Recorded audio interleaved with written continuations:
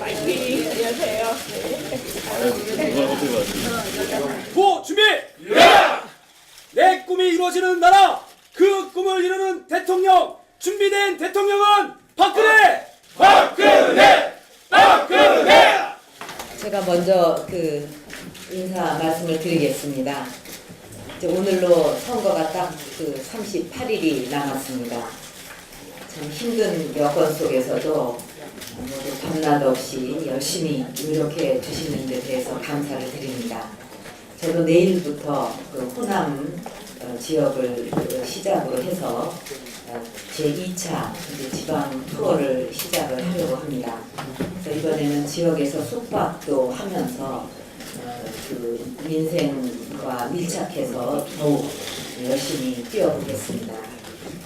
그동안에 우리 당에서 또 제가 많은 공약을 발표를 했습니다. 그리고 나머지 중요한 공약들도 이제 거의 검토가 다 끝나갔습니다. 그래서 오늘 가계부채의 대책에 대해서 발표를 했고, 또 이번 주에 순차적으로, 그러니까 다음 주에 순차적으로 공약들을 쭉 발표해 나갈 것입니다. 근데 그 공약 하나하나마다 굉장히 정성을 많이 들였고, 또 이 실질적으로 국민들께 도움이 되는 그런 내용들을 담았습니다. 그러나 이제 우리 속담에도 구슬이 서말이라도 꿰어야 보배라는 말이 있듯이, 아무리 정책이 좋아도 이것이 국민들께 잘 전달이 제대로 되지 못한다면 소용이 없을 것입니다. 그래서 앞으로 이 사전에 정책팀, 또 홍보팀, 그리고 공보팀에서 잘 협의를 하셔서 이 정책 홍보에 안전을 기해 주시기를 다시 한번 부탁을 드리겠습니다. 사실 아무리 좋은 정책이라도 국민께 전달이 안 됐다면 그 정책은 없는 거나 마찬가지거든요. 최근에도 이제 순환 출자와 관련해서 제가 제 입장은 전부터 또 후보 경선에서 후보가 된 후에도 수많은 인터뷰를 했는데, 그때마다 저는 일관되게 순환 출자 문제에 대해서 입장을 발표를 하고 확인을 했습니다. 한마디로 신규 순환 출자에 대해서는 금지한다. 근데 기존의 순환 출자에 대해서는 그대로 둔다. 그것이 이제 내용입니다. 왜냐하면 기존의 순환 출자는 당시에 합법적으로 다 허용이 된 거기 때문에 이것을 이제 소급 적용한다는 문제도 있고, 소급해서 적용한다는 문제도 있고, 또 기존의 순환 출자의 고리를 전부 다 끊기 위해서 막대한 자금이 들어가게 되는데, 더군다나 이 경제 위기 시대에 그런 막대한 몇 조씩 들어가는 자금을 그런 것보다는 투자와 실제 일자리 창출에 쓰는 것이 국민에게 실질적인 도움이 된다고 생각을 했기 때문입니다. 그래서 그 부분도, 근데 어떤 보도는 모든 순환 출자에 그를 그대로 두고 자유를 맡긴다는데, 그건 전혀 잘못된 얘기입니다. 또 기초의원과 기초단체장에 대해서 우리가 공천을 정당에서 안 한다, 이런 약속도 드렸는데 이게 아직 국민들께 다 전달이 안 돼서, 민원국에서 이렇게 올라온 내용을 보니까 기초의원, 기초단체장 이거 공천을 하지 않는 알아달라, 이게 또 올라오는 거예요. 우리 이미 약속을 했는데 이제 그렇게 알려지지 않은 거, 또 잘못 알려진 거, 이런 게 있기 때문에 이런 거를 좀 확실하게 바로잡을 노력이 필요하다고 생각합니다.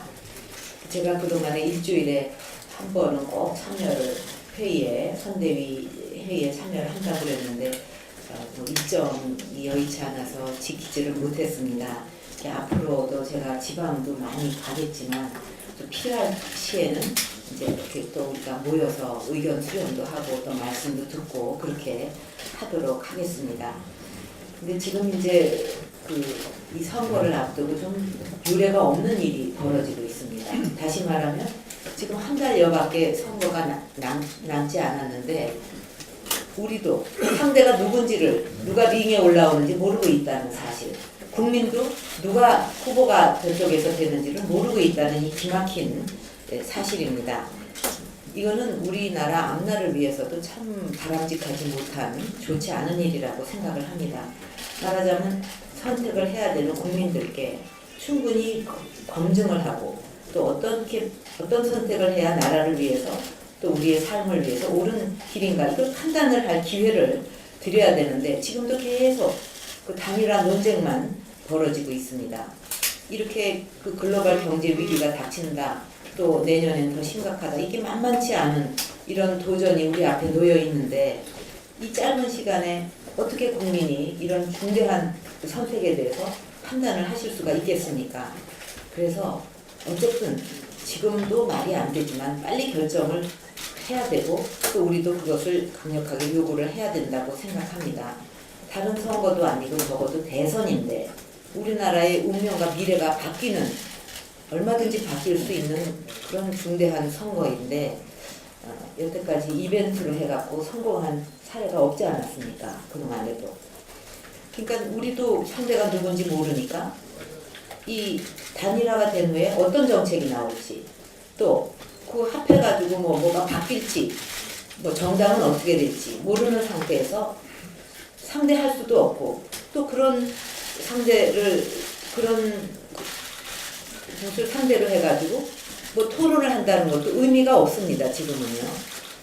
지금 쇄신안도 지금 두 후보가 내놨지만 그것 갖고도 지금 이견이 있는 거 아니에요. 그럼 뭐가 쇄신안이 될지 더군다나 다른 정책은 더 말할 것도 없습니다.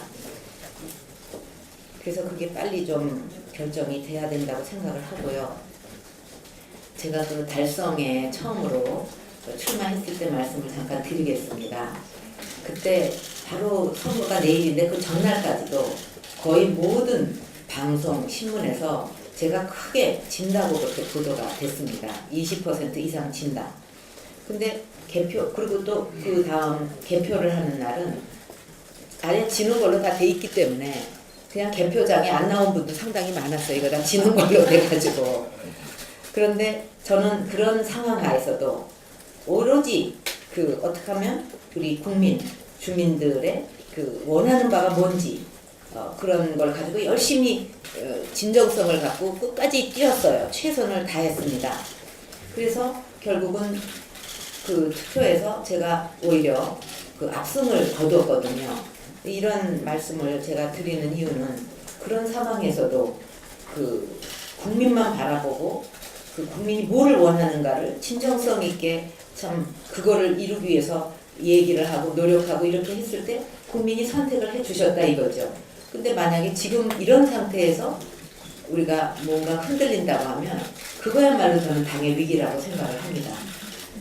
그리고 초점을 그런 데 맞출 것이 아니라 우리가 초점을 맞춰야 되는 곳은 과연 이 경제 위기 또 내년에 닥칠 그 세계적인 경제 위기의 그 경고가 아주 수없이 나오고 있는데 이거를 누가 어떤 정당이 극복해낼 수 있는가, 어떻게 국민을 안전하게 이 위기를 극복해서 그 삶을 잘 챙길 수 있는가, 국민이 정말 원하는 것이 뭔가 이거를 보고 열심히 뛰어야 된다. 여기에 우리의 모든 초점을 맞춰야 된다고 생각을 합니다. 그리고 우리는 국민의 판단을 믿어야 돼요. 무엇보다도 우리 국민들이 뭐 선동을 하면 통하고 그렇게 만만한 분들이 아닙니다. 그런 게 저는 통하지 않는다고 봅니다. 우리 당도 사실 2번이나 위기를 겪었잖아요. 그런데 지난번 4.11 총선 때도 다 진다고 그랬어요. 더군다나 누가 우리 당이 그렇게 선전을 할 거라고 아무도 생각을 못했는데 그래도 국민들이 우리가 진심을 가지고 반성하면서 국민이 뭐를 원하는가를 맞춰가지고 모든 것을 거기에 쏟아갖고 열심히 노력하니까 우리 손을 들어주셨단 말이죠. 국민들이. 그래서 2번이나 우리를 살려주신 거예요. 그렇기 때문에 우리가 초심을 잃지 않고 나가게 되면 우리는 승리할 수 있다. 결국은 중요한 것은 다른 거 이런 거 저런 거 생각할 것 없이 국민들께 어떤 것이 준비된 정당이고 준비된 자세인가 이거를 확실하게 보여줘야 됩니다. 그래서 공약에도 이렇게 정성을 들이고 있고 그 다음에 그렇게 할 때 신뢰를 국민들이 주실 거고 그게 바로 승리의 길이라는 거. 우리는 이것만 믿고 가야지. 우리가 다른 거를 왜 믿습니까? 믿을 게 어디 있어요? 우리 국민만 믿어야 됩니다. 그렇게 한다면 우리는 반드시 이길 것이다. 저는 해낼 수 있다는 믿음을 갖고 있습니다. 그리고 또 나라를 위해서도 우리가 반드시 이겨야 되지 않겠어요? 예. 그래서 이제 자신감을 모두 가지시고 열심히 뭐 많은 기간이 남지도 않았습니다. 열심히 뛰어주시기를 바라고요. 이번에 우리 손으로 국민이 정말 원하는 그런 행복한 나라 꼭 이번에 한번 만들어야 되지 않겠습니까? 예. 그래서 이 점을 이제 한번 말씀을 드리는 거고요. 뭐 이제 좀